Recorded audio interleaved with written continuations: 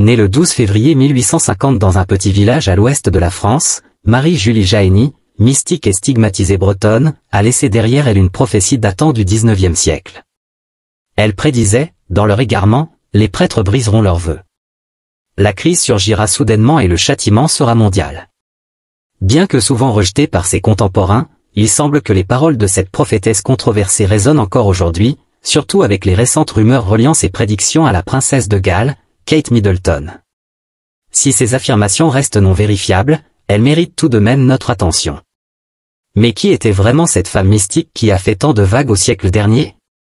Et peut-on prouver ces prophéties à la lumière des preuves modernes? Dans cette vidéo, nous plongeons dans la vie de Marie-Julie Jahenny et ses prédictions alléguées, notamment celles concernant la princesse Catherine. Entre mysticisme et surnaturel, découvrons si son héritage prophétique peut résister à l'épreuve du temps. Même si les prétendues visions de Marie-Julie sur la princesse Catherine ne peuvent être prouvées, elles suscitent l'intérêt, surtout lorsqu'on examine l'aura qui entoure cette mystique catholique. Marie-Julie est largement respectée par certains dans l'Église pour les nombreux miracles qui lui sont attribués durant sa vie, dont des prédictions précises et des guérisons miraculeuses. De nombreuses personnes affirment avoir été restaurées ou guéries après avoir suivi ses conseils, et même après sa mort, son corps n'aurait pas connu la décomposition habituelle, un phénomène souvent considéré comme un signe de sainteté dans la tradition catholique. C'est précisément ce genre de phénomène mystérieux qui attire encore aujourd'hui des foules curieuses, comme celle qui se rend à Géa, Missouri, pour observer le corps d'une nonne catholique qui, selon les dires, ne montre aucun signe de décomposition. Pour comprendre l'importance de Marie-Julie Jahenny, nous devons revenir à ses débuts.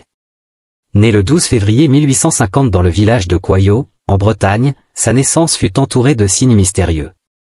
Des lumières inhabituelles furent observées autour de la maison familiale la nuit de sa venue au monde, et un sentiment de paix inexplicable envahit les cœurs des habitants du voisinage. Ses parents virent ces phénomènes comme une visite angélique, annonçant que leur fille serait porteuse d'une mission divine. Mais malgré ces signes prophétiques, les premières années de Marie-Julie étaient plutôt ordinaires. Aînée d'une fratrie de 5 enfants, elle grandit dans une famille modeste mais profondément croyante. Dès son jeune âge, elle se distinguait par sa piété, passant de longues heures en prière solitaire.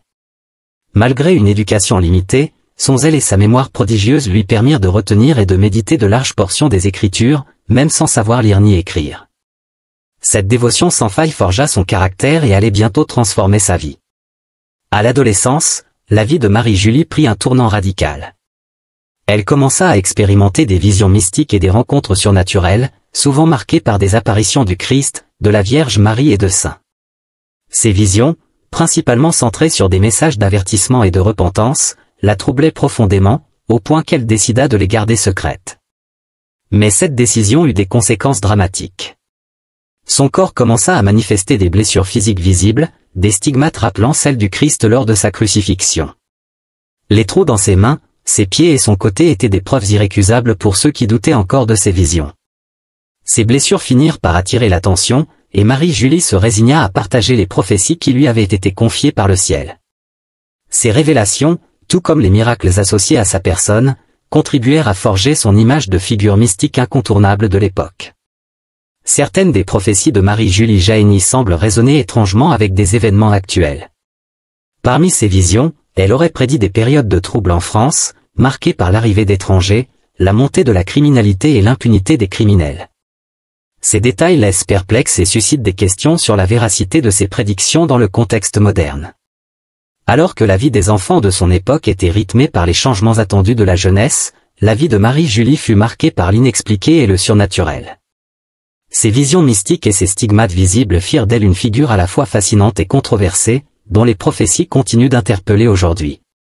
Marie-Julie Jahenny n'avait pas simplement des visions surnaturelles, elle devait également faire face à d'innombrables épreuves physiques et spirituelles. Les stigmates, ces blessures physiques reflétant celles du Christ, la plongeaient dans une souffrance constante. Ces marques visibles étaient perçues comme une manifestation divine, mais pour Marie-Julie, elles représentaient un lourd fardeau.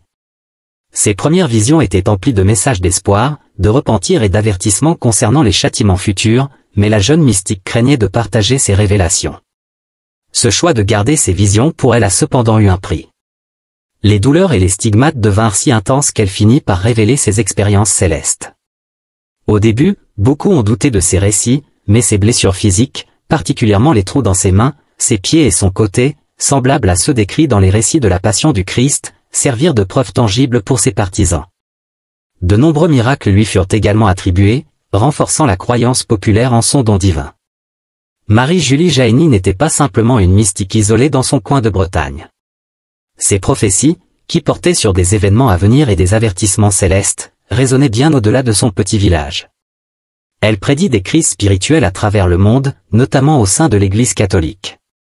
L'une de ses prédictions les plus marquantes annonçait la corruption de certains membres du clergé, qui trahiraient leurs vœux sacrés. Elle parlait également d'une crise soudaine et mondiale, accompagnée d'un châtiment divin. Ces paroles, émises au XIXe siècle, semblent d'une actualité troublante quand on les examine à travers le prisme des événements contemporains.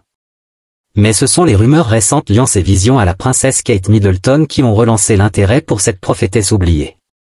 Bien que rien ne prouve que Marie-Julie ait prédit des événements spécifiques concernant la famille royale britannique, le mystère entourant ces visions continue d'alimenter la fascination pour sa vie et ses prophéties. Le fait que son corps n'ait pas montré de signes de décomposition après sa mort est considéré par certains comme une preuve supplémentaire de sa sainteté. Cette absence de dégradation physique, un phénomène rare, est souvent vu comme une marque de la faveur divine. Ce signe posthume renforce la vénération dont elle fait l'objet dans certains cercles catholiques. Cependant, malgré la reconnaissance de ses stigmates et des miracles qui lui sont attribués, Marie-Julie n'a jamais été officiellement canonisée par l'Église catholique. Cette absence de reconnaissance officielle n'a cependant pas empêché des fidèles de la considérer comme une sainte de cœur. Pour eux, ses prophéties et ses miracles, qu'ils soient prouvés ou non, restent des preuves irréfutables de sa proximité avec Dieu. Bien que les preuves modernes sur les visions de Marie-Julie Jahenny soient rares, son influence spirituelle perdure. Les écrits et témoignages de ceux qui l'ont connue, ou qui ont étudié sa vie, continuent d'inspirer et de captiver.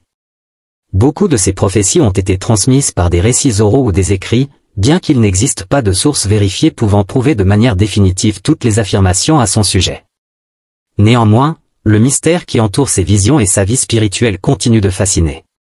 En fin de compte, que l'on croit ou non à ces prophéties, l'histoire de Marie-Julie Jahenny reste un exemple puissant de la foi inébranlable d'une femme face à des épreuves physiques et spirituelles intenses. Marie-Julie Jahenny, malgré les controverses et le rejet qu'elle a pu subir de son vivant, reste une figure mystique captivante. Ses visions prophétiques, son don surnaturel pour guérir, et son dévouement spirituel continuent d'intriguer les croyants comme les sceptiques. Son histoire est celle d'une foi profonde, d'une lutte contre l'invisible, et d'une quête de sens au-delà des apparences terrestres. Que l'on croit ou non à la véracité de ses prophéties, une chose est sûre, Marie-Julie Jahenny a marqué l'histoire du mysticisme catholique et son héritage mystique perdure. Les rumeurs modernes liant ces visions à la famille royale britannique ne font que renforcer l'aura de mystère qui entoure cette prophétesse bretonne. Alors que son nom continue d'être évoqué dans certaines communautés catholiques, l'influence spirituelle de Marie-Julie Jahenny ne montre aucun signe de déclin. C'était quelques mois après son 16e anniversaire que Marie-Julie fit sa première expérience mystique de cette intensité. Pendant ces visions, elle entrait dans une transe si puissante qu'elle se retrouvait face au Christ, revivant les souffrances qu'il a endurées lors de ces dernières heures. Elle ressentait les coups brutaux de fouet, la couronne d'épines enfoncée sur sa tête, et les clous enfoncés dans ses mains et ses pieds. Les témoins de ces expériences mystiques expliquaient son comportement durant ces moments. Parfois, le visage de Marie-Julie reflétait une combinaison d'agonie et de paix, une expression difficile à décrire avec des mots. Durant ces moments, sa peau s'ouvrait, saignant de ses mains et de ses pieds. Malgré la douleur causée par ses blessures, Marie-Julie restait calme et sereine, selon les témoins. Au premier regard, certains pensaient que les blessures étaient auto-infligées, mais ce qui rendait la situation fascinante, c'est que ces plaies disparaissaient souvent sans laisser de traces, pour réapparaître exactement comme elles l'étaient peu de temps après. Au fil des années, Marie-Julie accepta ces stigmates comme une partie de sa vie spirituelle, croyant que c'était un honneur de partager les souffrances du Christ. Ces blessures apparaissaient souvent pendant des périodes religieuses telles que le carême et le vendredi saint. Les blessures de Marie-Julie attiraient l'attention de beaucoup de personnes. Ceux qui croyaient en ces récits la considéraient comme une sainte vivante, bien que cela n'ait jamais été officiellement reconnu par l'Église catholique. Certains restaient sceptiques, tandis que d'autres doutaient de ses motivations et de sa sincérité. Des médecins furent appelés pour examiner ses blessures, mais les résultats laissèrent les scientifiques perplexes. Ils ne pouvaient pas s'entendre sur la nature de ces blessures, ni sur leur origine. Avec les technologies primitives de l'époque, il n'est pas surprenant que les médecins aient eu des difficultés à tirer des conclusions claires. Pour les chrétiens, le sacrifice de Jésus sur la croix est bien connu, mais un docteur ayant étudié la crucifixion pendant une décennie soulignait que pour comprendre pleinement ce que Jésus a enduré, il fallait examiner les souffrances physiques et médicales qu'il a subies pour expier nos péchés. Malgré les controverses entourant son état mystique, Marie-Julie continuait d'avoir des visions étranges et puissantes qui la transformèrent en une figure emblématique parmi les mystiques catholiques. Des gens de partout venaient la voir pour demander des prières et des conseils. Cependant, ce n'était pas uniquement ces visions qui la définissaient, mais aussi les nombreuses maladies physiques qui la tourmentaient. Certains disaient que ses souffrances physiques étaient la preuve qu'elle était une fraude, citant le célèbre proverbe « Médecin, guéris-toi toi-même ». D'autres croyaient que ses faiblesses corporelles étaient dues aux nombreuses expériences surnaturelles qu'elle avait endurées. En fin de compte, son corps frêle ne pouvait plus supporter les souffrances répétées qu'elle vivait dans sa chair, que ce soit à travers les stigmates ou d'autres manifestations spirituelles. Pourtant, malgré tout cela, Marie-Julie poursuivait sa vie quotidienne sur la ferme familiale, remplissant ses tâches domestiques et s'engageant dans ses activités spirituelles. Après avoir gardé ses visions secrètes pendant ses jeunes années, elle avait maintenant tout révélé et accepté de souffrir avec le Christ. En grandissant, Marie-Julie devint une jeune femme fragile, mais ses expériences mystiques ne firent qu'augmenter en intensité. Les visions ne se limitaient plus aux saisons religieuses, elles se produisaient presque chaque semaine, chaque nouvelle vision apportant une révélation divine. Ces nouvelles visions n'étaient plus axées sur les querelles domestiques ou locales, mais portaient désormais sur des événements futurs à grande échelle avec des conséquences catastrophiques, rivalisant avec les nombreux châtiments décrits dans le livre de l'Apocalypse. L'un des plus grands défis auxquels elle fit face en tant que jeune femme était ses rencontres terrifiantes avec des démons. Elle croyait que ces attaques étaient permises par des forces invisibles pour tester sa foi et sa résilience. Des témoins rapportèrent que ces attaques étaient incroyablement troublantes, Marie-Julie était parfois giflée, griffée, et projetée avec violence à travers la pièce. Après avoir heurté le mur, elle se retrouvait souvent étranglée par des mains invisibles. Quand les démons ne parvenaient pas à briser sa foi par des moyens physiques, ils s'en prenaient à son esprit. Ces attaques prenaient la forme de périodes intenses de dépression et d'anxiété. Marie-Julie, habituellement joyeuse et pleine d'espoir, montrait soudainement des signes de désespoir, ce qui effrayait sa famille. Mais même ces attaques ne réussirent pas à la détourner de sa foi. Poussant plus loin leur tentative, les démons s'attaquaient à ses pensées, lui insufflant des idées contraires à Dieu. Marie-Julie se sentait submergée par une sensation de désespoir, bien qu'elle sache qu'il n'y avait aucune raison apparente à cela. Ces moments, qu'elle considérait comme des tests de sa foi, faisaient partie de son cheminement vers la sanctification. Les attaques devinrent si intenses que Marie-Julie entendait des voix proférant des insultes contre Dieu pendant qu'elle priait. Souvent, elle avait peur d'ouvrir les yeux, redoutant ce qu'elle pourrait voir, car les visions qu'elle avait alors étaient déformées et effrayantes. Ces créatures prenaient parfois l'apparence du Christ ou de la Vierge Marie, mais de manière grotesque et terrifiante, lui faisant douter de l'origine de ses précédentes visions. Elle voyait parfois le Christ sur une croix inversée, prononçant des paroles blasphématoires. À d'autres moments, elle entendait des voix démoniaques se moquant de ses prières, déformant tout ce qu'elle disait. Elle disait que, malgré tous ses efforts pour rester respectueuse, les prières semblaient blasphématoires. Après des années de lutte contre cela, Marie-Julie commençait à perdre espoir. Pour lui donner de la force, Dieu lui accorda une nouvelle vision. Contrairement aux nombreuses récentes visions qui lui avaient causé tant de douleur, celle-ci apporta une paix soudaine qui lui assura qu'elle venait vraiment de Dieu. Dans cette vision, Marie-Julie reçut l'assurance qu'elle souffrait pour une raison en laquelle elle pouvait avoir confiance. Selon la vision, par les témoignages de ses souffrances, Marie-Julie arracherait de nombreuses âmes aux tromperies du diable. Fortifiée par cette expérience, toutes les attaques démoniaques n'avaient plus d'effet sur elle, bien qu'elles continuèrent de la harceler pendant une grande partie de sa vie.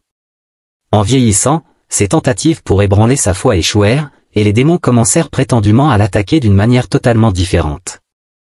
Nous sommes en 1900, le XXe siècle venait tout juste de commencer, et Marie-Julie avait maintenant 50 ans. De nombreux chrétiens vivant à Paris étaient pleins d'enthousiasme, croyant que le nouveau siècle marquait une ère de renouveau pour tous ceux qui obéissaient fidèlement à Dieu. Mais à cette époque, Marie-Julie remarqua les symptômes émergents d'une étrange maladie. Elle ressentait de plus en plus de douleurs au ventre, avec de nombreux problèmes digestifs. Bien que Marie-Julie croyait revivre quelque chose que Christ avait traversé sur la croix, selon les normes médicales actuelles, elle souffrait d'un cancer de l'estomac. Le cancer gastrique se produit lorsque les cellules de la paroi de l'estomac subissent une division incontrôlée, formant une tumeur maligne. Le cancer de l'estomac est le 7e cancer le plus fréquent chez les hommes et le 9e chez les femmes dans notre population locale. Le problème devint si grave qu'elle ne pouvait plus manger correctement, car manger beaucoup signifiait ressentir beaucoup de douleur. Compte tenu des soins médicaux primitifs de l'époque, il n'y avait aucun espoir pour elle, et tout son entourage s'attendait à ce qu'elle meure de cette maladie. Mais alors que la situation était à son pire, Marie-Julie eut une rencontre avec la Vierge Marie. La Mère de Dieu tenait une grande croix et regardait Marie-Julie avec une telle beauté et grâce que la douleur à l'estomac disparut simplement en la regardant. Plusieurs jours passèrent après cette rencontre, et les douleurs à l'estomac ne revinrent jamais. Marie-Julie était désormais certaine qu'il ne s'agissait pas d'un effet placebo, mais d'un véritable miracle. Elle était vraiment guérie du cancer de l'estomac. Cependant, malgré cela, la douleur de ses autres afflictions restait présente, notamment la perte de la vue, de l'ouïe et de la parole. Ce qui rendait ces périodes remarquables, c'était la manière dont elle vivait avec ses problèmes et les surmontait. À seulement 25 ans, elle avait commencé à perdre progressivement la vue, la parole et l'ouïe, et en quelques années, elle souffrait des 3 afflictions. Les fréquentes attaques physiques des démons avaient causé des dommages durables à son corps, la rendant presque incapable de marcher. Avec le temps, ces pertes devinrent totales, obligeant Marie-Julie à compter sur ceux qui l'entouraient pour prendre soin d'elle. Malgré sa surdité, sa mutité et sa cécité pendant plusieurs années, chaque fois qu'il était temps pour elle d'entendre la voix du Seigneur, elle retrouvait miraculeusement ses 3 sens. Quand elle voulait prier et méditer longuement sans être dérangée, elle se retrouvait à marcher jusqu'à l'autel de l'église, malgré sa paralysie. Lorsqu'elle devait transmettre ce qu'elle avait entendu de Dieu, sa parole lui revenait. Ses maux physiques s'aggravèrent avec le temps, et elle devint alitée et paralysée pendant de nombreuses années. Beaucoup attribuaient cela à la perte de sang continue causée par les stigmates et aux fréquentes attaques physiques des démons. Mais comme toujours, Marie-Julie supportait ses problèmes avec une patience et une foi incroyables, considérant qu'il était honorable de passer par ces épreuves. Les épreuves vérifiées auxquelles elle faisait face convainquirent beaucoup de gens ordinaires que ces rencontres étaient réelles, mais les dirigeants catholiques n'étaient pas convaincus. La plupart d'entre eux s'opposaient à ses enseignements et prophéties, tandis que d'autres prenaient ses récits avec précaution. Seuls quelques dirigeants approuvèrent ses dires et ses expériences, mais cela ne se fit pas sans risque. Bien qu'il y ait eu de nombreux facteurs physiques qui, dans une certaine mesure, validaient ces affirmations, les dirigeants de l'Église de l'époque étaient plus préoccupés par la nature de ces témoignages. La plupart de ces prophéties étaient sensationnelles, souvent exagérant des problèmes mineurs juste pour attirer l'attention. Certaines semblaient presque hérétiques, entrant en conflit avec les traditions sacrées des pères de l'Église. De plus, la plupart de ses dévots suiveurs étaient parmi les moins instruits, tandis que les catholiques lettrés et informés ne la prenaient pas au sérieux ou évitaient totalement ses affirmations. Bien qu'il y ait eu des preuves raisonnables pour montrer que les affirmations de Marie-Julie étaient authentiques, il y avait aussi suffisamment de raisons pour croire le contraire. Compte tenu des temps difficiles et dangereux dans lesquels il vivait, Marie-Julie pouvait avoir utilisé l'hystérie de masse à son avantage, en faisant des prédictions exagérées alignées sur les événements tragiques en cours et leurs issues les plus probables. Parmi les pères de l'Église qui ne lui faisaient pas confiance, il y avait l'évêque Félix Fournier de Nantes. Ce dirigeant était l'évêque de Nantes pendant les premières années mystiques de Marie-Julie. Connaissant la difficile situation dont elle venait, elle s'était offerte tout au long de sa vie en tant qu'âme victime.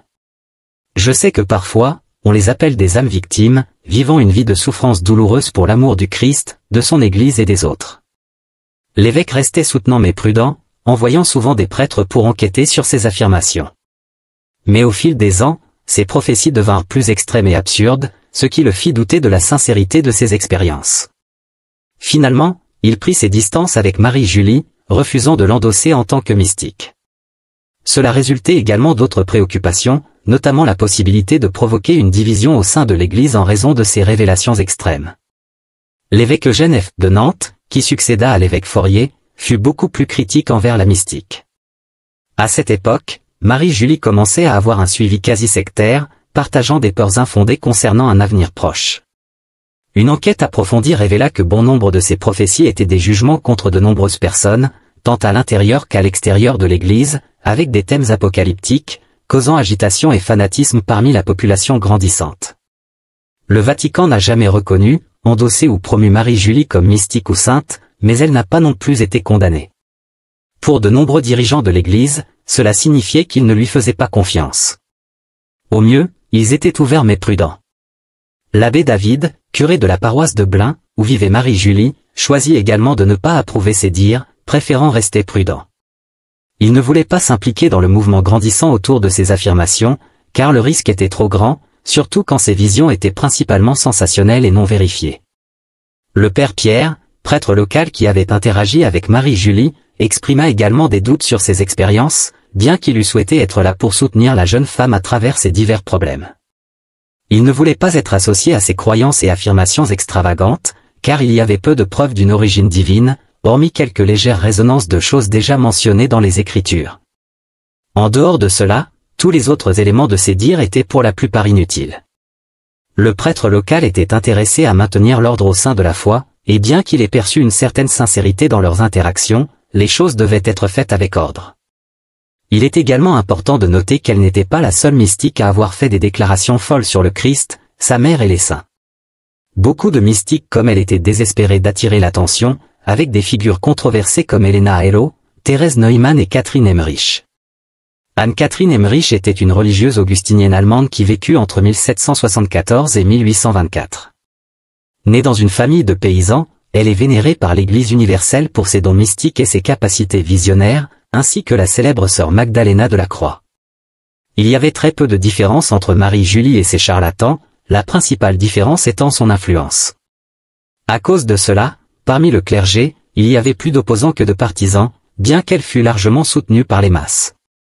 Mais à ce jour, de nombreux catholiques reprennent ces prophéties, les alignant avec de nombreux événements étranges que nous voyons aujourd'hui.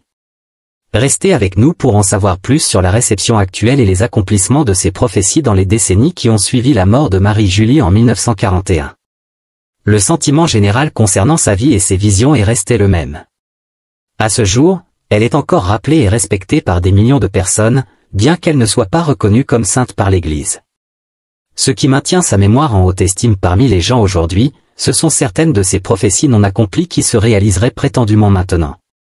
Connue sous le nom de la stigmatique bretonne, certains événements actuels s'alignent étroitement avec les prophéties de Marie-Julie. Parmi les nombreuses choses qu'elle a prédites, il y avait une crise à venir dans l'Église catholique. Elle a dit que l'Église serait déchirée par des luttes internes et une perte de foi parmi les pères de l'Église. Cela causerait l'érosion de nombreux dogmes et croyances fondamentales. Les traditions orthodoxes historiques seraient jetées par la fenêtre et remplacées par des croyances fabriquées qui semblent raisonnables pour les gens mais qui déplaisent à Dieu.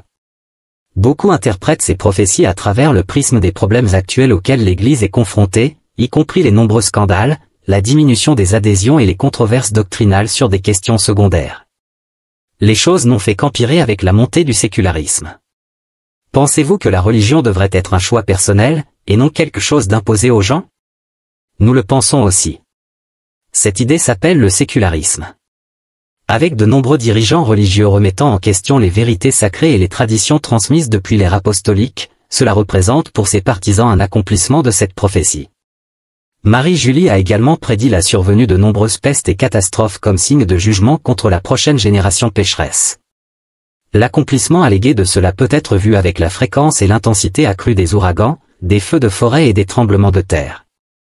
Le changement climatique et la dégradation de l'environnement authentifient également cela, considérés comme des avertissements accomplis de la colère de la nature. Elle avait aussi prédit la montée et la propagation du communisme, avec une haine croissante envers les chrétiens. Certains interprètent cela comme une hostilité croissante envers Dieu ces dernières années, illustrée par la montée du nouvel athéisme et la résurgence des régimes autoritaires qui rejettent la foi chrétienne. Marie-Julie a fait de nombreuses prédictions sur la France, notamment sur sa chute éventuelle. Selon Marie-Julie, cela serait causé par des troubles civils, une perte de foi et une invasion étrangère inattendue. À l'heure actuelle, des rapports indiquent qu'il y a une agitation sociale et politique en cours en France. Le nouveau Premier ministre de la France affirme que le pays a besoin de respect et d'unité. Cependant, si le respect est quelque chose que le peu connu Michel Barré devra gagner, l'unité pourrait se révéler encore plus difficile à obtenir, avec des manifestations sans fin et des craintes de conflits religieux à l'horizon. Ceux qui adhèrent aux enseignements de Marie-Julie croient que la chute de la France commencera à partir de ce moment-là, avec le pays incapable de s'unir contre des menaces extérieures. Au-delà de cela, elle a également parlé d'un déclin soudain de la moralité et de la crainte du divin. Cela aurait été mis en évidence lors de la cérémonie d'ouverture controversée des Jeux Olympiques de Paris 2024, avec une séance impliquant des drag queens imitant la scène de manière insultante.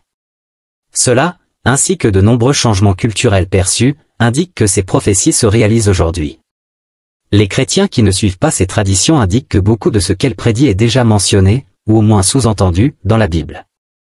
Ils croient que l'Écriture est la seule autorité infaillible en ce qui concerne l'avenir.